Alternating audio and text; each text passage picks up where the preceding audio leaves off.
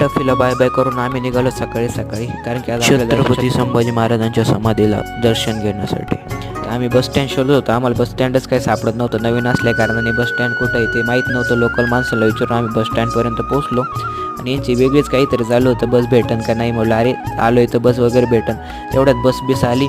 बसमध्ये बसलो आणि त्यांना म्हटलं अरे चला पटपट.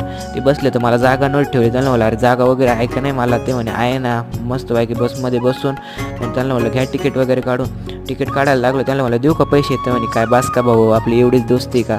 10 किलोमीटरच्या नंतर उतरलो कारण की 2-3 किलोमीटर आपल्याला पायी जायचं होतं. आणि इथं मग आपल्याला लागली इंद्रा नदी.